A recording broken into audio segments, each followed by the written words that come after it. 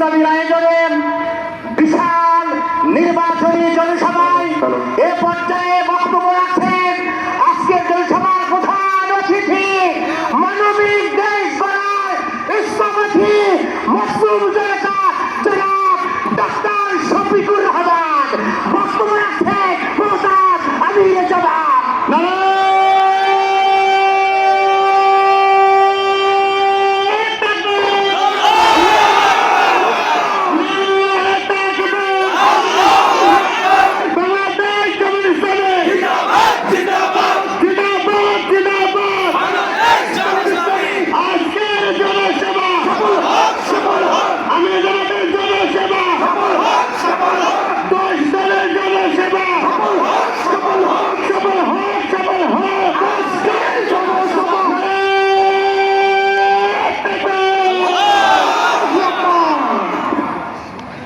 আসসালামু আলাইকুম ওয়া রাহমাতুল্লাহ।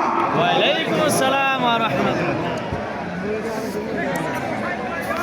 আবার সালাম দিচ্ছি। আসসালামু আলাইকুম ওয়া রাহমাতুল্লাহ। ওয়া আলাইকুম আসসালাম। মাশাআল্লাহ, জুমার নামাজ পড়ে সবাই ঘুরে শহীদ ময়দানে চলে এসেছেন। ভাইয়েরা এসেছেন, বোনেরাও এসেছেন। আওয়াজটা হালকা হওয়ারই কথা, কারণ দুপুরের খাবার তো এখন আপনারা খেতে পারেন। আপনারা কেমন আছেন? আলহামদুলিল্লাহ রাব্বিল আলামিন ওয়াসসালাতু ওয়াসসালামু আলা রাসূলিহিল কারীম ওয়া আলা আলিহি ওয়া সাহবিহি ওয়া আহলি বাইতি আজমাইন। প্রিয় দিনাজপুরবাসী ভাই ও বোনেরা, মঞ্চে বসা বাংলাদেশ জামাত ইসলামীর কেন্দ্রীয়, আঞ্চলিক এবং স্থানীয় নেতৃবৃন্দ, 10 দলীয় নির্বাচনী পক্ষের শরিক দলসমূহের সম্মানিত নেতৃবৃন্দ, বিশিষ্টজন, শহীদ পরিবারের সদস্যবৃন্দ, জুলাই যোদ্ধাবৃন্দ, আপামর দিনাজপুরবাসী, মহান রব্বুল আলামিনের শুকরিয়া আদায় করছি একটা পরিবর্তিত প্রেক্ষাপটে এটি দ্বিতীয়বারের মতো আপনাদের সামনে এসে হাজির হওয়া, দুটি কথা বলার তৌফিক আল্লাহ তাআলা আমাদেরকে দান করেছেন। প্রভু পরওয়ারদিগারের দরবারে অসংখ্য অসংখ্য শুকরিয়া, আলহামদুলিল্লাহ। 24 জুলাই, বিপ্লবের জুলাই, গণবিস্ফোরণের জুলাই, গণ অভ্যুত্থানের জুলাই, এক সাগর রক্তের জুলাই। ও জুলাই না হলে আজকে এখানে দাঁড়াতে পারতাম না, কথা বলতে পারতাম না, মানুষের কাছে যেতে পারতাম না, মানুষের অধিকারের জন্য প্রকাশ্যে লড়াই করতে পারতাম না। যাদের কারণে আজকে এখানে দাঁড়ানো, আমি আজ গভীর শ্রদ্ধার সাথে দিনাজপুরের 11 জন সহ সারা বাংলাদেশের সমস্ত শহীদদেরকে স্মরণ করছি। আমি কৃতজ্ঞতা এবং ধন্যবাদ জ্ঞাপন করছি সেই সমস্ত জুলাই যোদ্ধাদের যারা বুলেটের আঘাতে জর্জরিত হয়ে পঙ্গু হয়ে পড়েছেন, গুরুতর আহত হয়েছেন, মেরুদণ্ড আঘাত পেয়ে প্যারালাইজ হয়ে হাসপাতাল কিংবা নিজের ঘরে বিছানায় পড়ে আছেন। তাদের জন্য আমি গভীর সমবেদনা জ্ঞাপন করছি। আল্লাহ তাআলার দরবারে দোয়া করছি, আল্লাহ তাদেরকে সুস্থতার পূর্ণ নিয়ামত দান করুন। মা বোনেরা যারা জুলাইয়ের আকাঙ্ক্ষাকে সফল করার জন্য তাদের ভাইদের পাশে, সন্তানদের পাশে সাহস করে রাস্তায় নেমে এসে দাঁড়িয়েছিলেন, স্লোগান তুলেছিলেন, আকাশ বাতাস কাঁপিয়েছিলেন, জালিমের ভিড়কে থরথর করে কাঁপিয়ে দিয়েছিলেন, সেই মা বোনদেরকে আমি সেলুট জানাচ্ছি। প্রিয় দিনাজপুরবাসী, পাকিস্তান আমলে যে 19টি বড় জেলা ছিল, সেই 19 জেলার মধ্যে দিনাজপুর ছিল একটি গুরুত্বপূর্ণ জেলা। দিনাজপুরকে গণ্য করা হয় বাংলাদেশের শস্য ভান্ডার হিসাবে। সারা বাংলাদেশের খাদ্যের 1/3 যোগান দেয় বৃহত্তর দিনাজপুর। এই যারা নিজের উর্বর মাটিতে কঠোর পরিশ্রম করে বাংলাদেশকে যুগের পর যুগ দিয়ে চললেন, বাংলাদেশ দিনাজপুরকে কি দিল? বৃহত্তর জেলা হিসাবে অনেক জায়গায় জেলা কোয়ার্টার হেডকোয়ার্টার হয়েছে সিটি কর্পোরেশন। আপনারা কি সিটি কর্পোরেশন পেয়েছেন? পান নাই কেন? আপনারা তাহলে কি বাংলাদেশের সৎ ভাই? যে সৎ ভাইকে মানুষ সম্পত্তি দিতে চায় না, তার অধিকার দিতে চায় না। আমরা এই বৈষম্যকে পতন করবো ইনশাআল্লাহ। আপনাদের ভালোবাসায় সমর্থনে বাংলাদেশ জামাতে ইসলামী যদি দেশ সেবার সুযোগ পায়, সরকার গঠনের সুযোগ পায়, আমরা আপনাদেরকে অত্যন্ত আস্থার সাথে আশ্বস্ত করছি, দিনাজপুর শহর ইনশাআল্লাহ সিটি কর্পোরেশনে রূপান্তরিত করা হবে।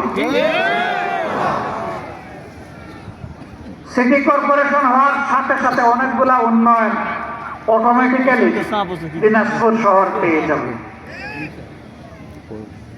এই দিনাজপুরে গ্যাস সংকট, গ্যাস নাই, বাংলাদেশের বহু জেলায় আছে। অবশ্য গ্যাসের উৎস কোথায় আছে কোথায় নেই এখনো সারা দেশ নিয়ে আমাদের কোনো সরকারি সেই রকম কোনো বৈজ্ঞানিক জরিপ চালায়নি। হতে পারে এখানেই গ্যাস আছে, যেহেতু কয়লার সন্ধান পাওয়া গেছে, কয়লার সাথে গ্যাসের একটা সম্পর্ক আছে। মিনারেল সায়েন্সের ছাত্র যারা, তারা এটা ভালো করে বুঝেন। হয়তো একদিন সেই সম্পদ বের হয়ে আসবে ইনশাআল্লাহ। আর নাও যদি আসে, তাহলে বাংলাদেশের অন্যান্য জায়গায় যদি গ্যাসের অংশীদারিত্ব থাকে, দিনাজপুরেরও থাকবে ইনশাআল্লাহ। আর মাহবুবদেরকে কাঠ পোড়ানো সাইতে আর চোখ সাজালো করতে হবে না, যদি ইনসাফ ভিত্তিক একটি দেশ গঠন হয়। প্রিয় দিনাজপুরবাসী, এখানে কৃষক ভাইয়েরা, বোনেরা, কিষানীরা বড় কষ্ট করে ফসল ফলান। বৈজ্ঞানিক প্রযুক্তির এখানে ব্যবহার খুবই সীমিত। আজকে 2026 সাল, বিশ্বের বিভিন্ন দেশ স্বাধীন হওয়ার 25 বছরের ভিতরে কৃষিতে আধুনিক যন্ত্রপাতির সমন্বয় ঘটিয়ে স্বাভাবিক অবস্থার চাইতে 4 গুণ বেশি ফসল উৎপাদন করছে। আমরা হাড় ভাঙা পরিশ্রম করি, কিন্তু আমাদের জমিতে সেই ফসল ফলে না। আমরা চাই উত্তরবঙ্গ হোক আমাদের কৃষি শিল্পের রাজধানী। আমরা সেই শিল্পই এখানে গড়ে তুলব ইনশাআল্লাহ। কৃষিকে আর পুরানো ধাঁচে এখানে চালানো হবে না। এখানে কৃষিকে আধুনিকায়ন করে আধুনিক লজিস্টিক সরবরাহ করে ন্যায্য এবং স্বল্প মূল্যে কৃষকের হাতে তুলে দিয়ে আমরা এই জমির উৎপাদন বাড়িয়ে তুলব। বলবেন যে কিছু কিছু উৎপাদন করার পরে ওটারই তো সঠিক বাজার মূল্য পাই না। আবার সংরক্ষণের অভাবে অনেক সময় আমাদের উৎপাদিত ফসল ধ্বংস হয়ে যায়। আমরা আপনাদেরকে কথা দিচ্ছি, ফসলের ন্যায্য মূল্য ইনশাআল্লাহ নিশ্চিত করা হবে এবং ফসল এবং সবজির সংরক্ষণও নিশ্চিত করা হবে। জায়গায় জায়গায় সংরক্ষণাগার ঘরে খোলা হবে, তাহলে সারা বছর বাংলাদেশের মানুষ স্বস্তির সাথে ন্যায্য দামে, কমেও নয় বেশিতেও নয়, তারা সেই কৃষি পণ্যগুলো পাবে। কারা করবে এটা? যারা মানুষের তকদির নিয়ে টানাটানি করে তারা, নাকি যারা আল্লাহকে ভয় করে মানুষের আমানত রক্ষার জন্য সদা ভীত সন্ত্রস্ত থাকে তারা? যারা আল্লাহকে ভয় করে তারাই করবে ইনশাআল্লাহ। দিনাজপুরের মানুষ শিক্ষিত এবং ভদ্র, এইখানে কোনো চাঁদাবাজি হয় না। ও মা, এখানেও হয়? শিওর? আরো বেশি? বেশি না কম? আচ্ছা, এটাও বাদ দিলাম, হয় এটা ধরে নিলাম। ছাতাবাজিকে ভালোবাসেন যারা, তারা একটু হাত তুলেন দেখি। ছাতাবাজের বন্ধু হতে যারা রাজি, তারা একটু হাত তুলেন। আসলে ছাতাবাজরা এত জ্বালাইছে, কোন জায়গায় হাত তুলবে আর কোন জায়গায় নামাবে অনেকে সেটাই টের পাচ্ছে না। ছাতা নিয়ে মানুষকে দিশাহারা করে ফেলেছে। পিঠাপুলির একটা দোকান নিয়ে আমার একটা মা বসেছে রাস্তার পাশে, ফুটপাতে, ছোট্ট একটা ভ্যানের উপরে, সেখানে আছে চাঁদা খায়। লজ্জা হয় না? এই মাকে আমার দেশ এখানে সম্মানিত করতে পারেনি। পেটের কুটার জ্বালায় উদয় নিবারণ করতে নিজের ঘরে হাতের তৈরি জিনিসগুলো নিয়ে এখানে এসেছে, বাচ্চাদের মুখে একটু খাবার তুলে দেবে। তুমি এসে ডাকাতের মতো সেখানে অংশ বসাও। লজ্জিত আমরা, লজ্জিত বাংলাদেশ। এই লজ্জার হাত থেকে বাংলাদেশকে আমরা উদ্ধার করতে চাই। ইনশাআল্লাহ আমরা পারবো, কারণ আমরা ঘোষণা করেছি চাঁদা আমরা নেই না, এবং কোন চাঁদাবাজকে আমরা চাঁদা নিতে দেব না।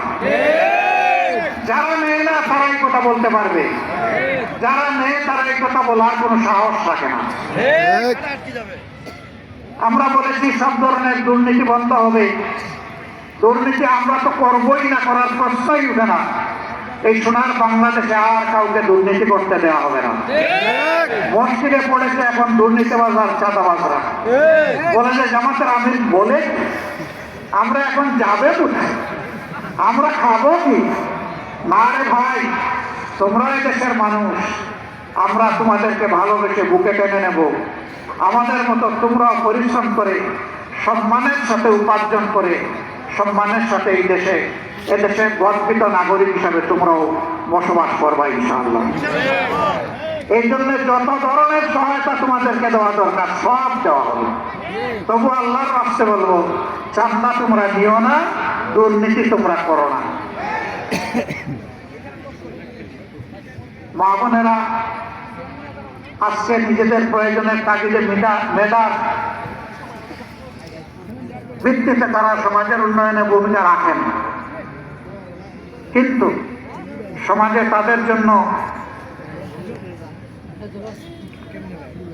তাদের জন্য নিরাপদ সম্মানের জায়গা নাই। তারা ঘরেও নিরাপদ না, তারা চলাচলে নিরাপদ না, এবং তারা কর্মক্ষেত্রেও নিরাপদ না। মায়েরা আমাদের সম্মানের জাতি, আমাদের জীবনের চেয়ে আমাদের মাদের সম্মানের মূল্য আমাদের কাছে অনেক বেশি।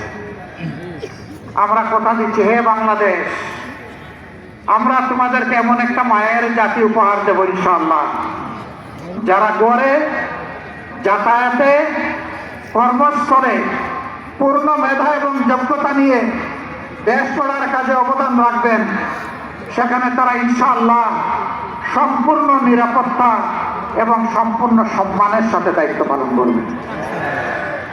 আমরা তাদেরকে আমাদের মাথার তাজ হিসাবে মাথায় তুলে রাখি, কারণ আমরা যে মায়ের উদরে জন্ম নিয়েছি, আমরা যে মায়ের গর্ভে জন্ম নিয়েছি, কেউ তো বাপের গর্ভে আমরা জন্ম নেই, কেউ দুনিয়ায় জন্ম নিয়ে বাপের বুকের দুধ খাইনি।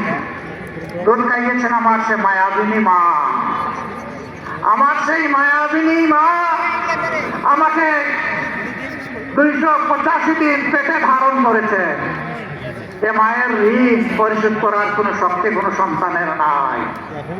তাই এই মাকে আজীবন আমাদের সম্মান করতে হবে। এই জন্যই মায়ের প্রতি আমাদের আলাদা সম্মান। একদল দুর্বৃত্ত বলে আমরা যদি দেশ পরিচালনার সুযোগ পাই, সরকার গঠন করি, মা বোনদেরকে আমরা ঘরে বন্দি রাখবো। যারা বাংলাদেশ জামাত ইসলামের প্রতি আজকের নারী সমাজের ভালোবাসা এবং সমর্থন দেখে ভীত সন্ত্রস্ত, তারাই এই সমস্ত কথা বলে আমাদের মা বোনদেরকে তারা ধোঁকা দিতে চায়। তারা আমাদের মা বোনদের সাথে কি আচরণ করে আমাদের মা বোনরাই সাক্ষী, আমাদের বলতে হবে না। মা বোনরা তাদেরকে ভালো করে চিনে। এরা আমাদের বিরুদ্ধে অপপ্রচার করত। এদেশের তরুণ যুব সমাজ কোনোদিন জামাতকে সমর্থন করবে না। এদেশের নারী সমাজ কখনো জামাতকে মেনে নেবে না। আলহামদুলিল্লাহ 5 আগস্টের পর 36 জুলাই পর বাংলাদেশে সর্ববৃহৎ 5টি সরকারি বিশ্ববিদ্যালয়ে ছাত্র সংসদ নির্বাচন অনুষ্ঠিত হয়েছে।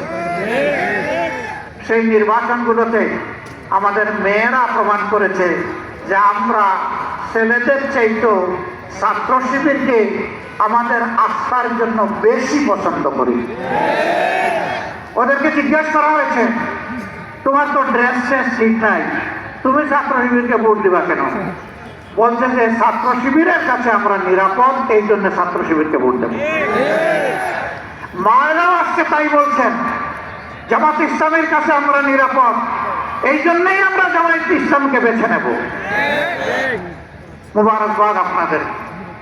বহু জায়গায় আমাদের মাদের উপর আক্রমণ শুরু হয়ে গেছে।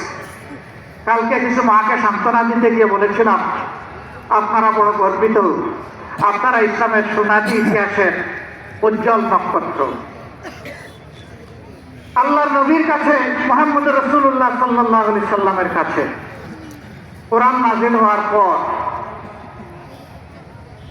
সর্বপ্রথম যিনি জীবন দিয়েছেন তিনি আমাদের আম্মা জান, আমাদের গর্বিত মা হযরত সুমাইয়া রাদিয়াল্লাহু তাআলা। তার আগে কোনো পুরুষ শাহাদাত বরণ করেননি। উহুদের ময়দানে রাসূল করিম সাল্লাল্লাহু আলাইহি সাল্লামকে শত্রুপক্ষ যখন তলোয়ার, নেজা, বল্লম, বর্ম, খঞ্জর, তীর দিয়ে একের পর এক আঘাত করতে এসেছিল, পুরুষরা তখন যুদ্ধের ভয়াবহ সময়ে নবী করিম সাল্লাল্লাহু আলাইহি সাল্লামের পাশে ছিলেন না। আমাদের আম্মা জান হযরত নুসাইবা রাদিয়াল্লাহু তাআলা আনহা চতুর্দিকে ঘুরে ঘুরে আল্লাহ রাসূলের ঢাল হয়ে কাজ করেছিলেন। যুদ্ধের পরে তার দেহে 70টা ভারী জখম, তাজা রক্ত ঝরছিল, তীর তখনও ঝুলছিল। ভাঙা দাঁত দিয়ে রাসূল করিম সাল্লাল্লাহু আলাইহি সাল্লাম মায়ের দেহ থেকে তীরগুলো খুলে দিয়েছিলেন। নিজের মুখের লালা নিয়ে মাহবুবের নাম নিয়ে লেপে দিয়েছিলেন, তিনি সুস্থ হয়ে উঠেছিলেন। মুতার যুদ্ধে মক্কার জীবনে যিনি সবচেয়ে বেশি আল্লাহ রাসূলকে কষ্ট দিয়েছেন নারী হিসাবে, তিনি ছিলেন আবু সুফিয়ানের স্ত্রী হিন্দা। উহুদের যুদ্ধে হামজা রাদিয়াল্লাহু তাআলা আনহুর বুক ছিঁড়ে কলিজা টেনে ব্যাগ করে ছিপিয়েছিলেন জিদ মেটাতে গিয়ে। তিনি যখন ইসলাম কবুল করলেন, মুতার যুদ্ধের একজন যোদ্ধা হিসেবে অংশগ্রহণ করলেন। ভয়াবহ যুদ্ধ, থরথর করে মুজাহিদদের পা কেঁপে উঠল। তারা একটু পিছন ফিরতে চেয়েছিলেন, এই মা টানা মেলে চিৎকার দিয়ে বাঘিনীর মতো দাঁড়িয়ে বলেছিল, সাবধান, যুদ্ধের ময়দানে মুমিনদের জন্য পিছে ফেরা সম্পূর্ণ হারাম। কাউকে আমি পিছে ফিরতে দিব না, সামনে এগোতে হবে। আমার তলোয়ার তোমাদের সাথে শত্রুর বিরুদ্ধে চলকে উঠবে ইনশাআল্লাহ। মুমিনরা এগিয়ে দিয়েছিলেন, যুদ্ধে বিজয় লাভ করেছিলেন, হাসি মুখে মদিনায় ছিলেন। আপনারা সেই মায়ের জাতি, এই অলংকার, এই অহংকার আপনাদের, আল্লাহ আপনাদের সম্মান বৃদ্ধি করুন। বাংলাদেশের মজলুম জনতার মুক্তির জন্য আপনারা 24-এ যে সাহসী দায়িত্ব পালন করেছেন, আরেকটা যুদ্ধ, ভোট যুদ্ধ হবে আগামী 12 তারিখ, সেখানে একই দায়িত্ব পালন করবেন ইনশাআল্লাহ। তাহলে মায়েদেরকে এই দায়িত্ব দিয়ে আপনারা কি অবসরে চলে যাবেন? আপনারা তার চাইতে বেশি জ্বলে উঠবেন ইনশাআল্লাহ। আপনার ভোট আপনি দিবেন, যাকে পছন্দ তাকে। ওই আগের স্লোগান বাতিল। একদল দুষ্ট বলতো, আমার ভোট আমি দিব, তোমারটাও আমি দিব, ওইটা শেষ। তোরটা তুই দে, আমারটা আমি দেব। আমারটা দিতে আসলে কাউকে ছেড়ে দেব না। পারবেন? আলহামদুলিল্লাহ। এমন বাংলাদেশ আমরা করতে চাই যেখানে শিশুটি জন্ম নেওয়ার পরে সে তার 3টি অধিকার সাথে সাথে পেয়ে যাবে।